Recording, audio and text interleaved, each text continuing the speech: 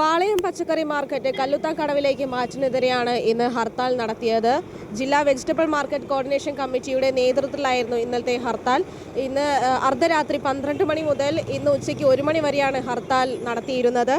കടകളും ഉന്തുവണ്ടികളെല്ലാം തന്നെ ഈ ഹർത്താലിൽ പങ്കുചേർന്നിരുന്നു. മാർക്കറ്റിലേക്ക് എത്തേണ്ടിയിരുന്ന പച്ചക്കറി ലോറികളെല്ലാം തന്നെ ഇന്നിവിടെ എത്തിച്ചേർന്നിട്ടില്ല. ഇവർക്ക് മുന്നേ തന്നെ നിർദ്ദേശം നൽകിയിരുന്നു ഇന്നത്തെ ഈ ഒരു ഹർത്താൽ ആഹ്വാനം ചെയ്തതിനെക്കുറിച്ച്. പണി മുടക്കുന്ന തൊഴിലാളികളും കച്ചവടക്കാരും ഈ ഒരു ഹർത്താലിന് മുന്നോടിയായിട്ട് കോർപ്പറേഷൻ ഓഫീസിലേക്ക് ധർണ നടത്തിയിരുന്നു. തുടർന്ന് അവിടെ നടന്ന ധർണ കേരള വ്യാപാരി വ്യവസായ ഏകോപന സമിതി നേതാവ് അബ്ദുൾ സലാം വടകരയാണ് ഉദ്ഘാടനം ചെയ്തത്.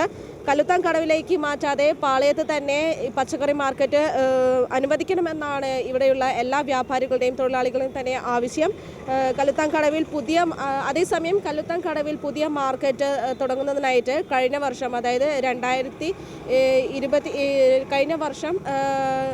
ശിലാസ്ഥാപനം നടത്തിയിരുന്നു. പാളയത്തിലെ തിരക്കും ഗതാഗത കുരുക്കും നമുക്ക് കാണാൻ കഴിയും. ഇപ്പോൾ ഇവിടെ എത്രത്തോളം ഗതാഗത കുരുക്ക് ഉണ്ടാവാറുണ്ടായിരുന്നെന്ന്. ഈ ഒരു പാളയത്തിലുള്ള ഗതാഗത കുരുക്കും തിരക്കും തന്നെ കുറയ്ക്കുന്നതിന് വേണ്ടിയിട്ടാണ് ഇവിടെയുള്ള ഈ മാർക്കറ്റ് കല്ലുത്താൻകടവിലേക്ക് മാറ്റി സ്ഥാപിക്കണമെന്ന തീരുമാനം കോർപ്പറേഷൻ എടുത്തത്. അതുകൂടാതെ തന്നെ 1960 സ്ഥാപിച്ച പച്ചക്കറി മാർക്കറ്റിൻ്റെ ഇപ്പോഴത്തെ ഈ ഒരു ശോചനീയാവസ്ഥ കൂടി കണക്കിലെടുത്താണ് കോർപ്പറേഷൻ മാർക്കറ്റിൻ്റെ പുതിയ പ്രവൃത്തി, അത് കല്ലുത്താൻകടവിലെ പുതിയ പ്രവൃത്തിക്ക് വേണ്ടിയിട്ട് ആരംഭിച്ചത്. എന്നാൽ പാളയത്ത് നിന്ന് മാർക്കറ്റ് മാറ്റുന്നതിന് വ്യാപാരികൾ പൂർണ്ണമായും എതിരാണ്.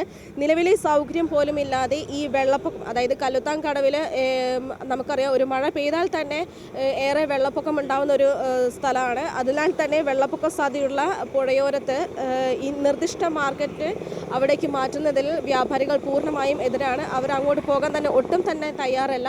കൂടാതെ നമുക്കൊരു കാര്യം കൂടി പറയാൻ കഴിയും. കാരണം ഇത്രത്തോളം മാർക്കറ്റ് നിശ്ചലമായ ഒരു അവസ്ഥ നമ്മൾ ഒരിക്കൽ പോലും കാണാറില്ല. എന്നാൽ ഇങ്ങനൊരു ഹർത്താലിൽ തന്നെ നമുക്ക് കാണാം, പൂർണ്ണമായും നിശ്ചലമാണ് പാളയം മാർക്കറ്റ് ഇന്ന്. ഈ ഒരു ഹർത്താലോട് കൂടെ തന്നെ ഇനി എന്താവും ബാക്കിയുള്ള തീരുമാനങ്ങളെന്ന് നമുക്ക് അറിയാം.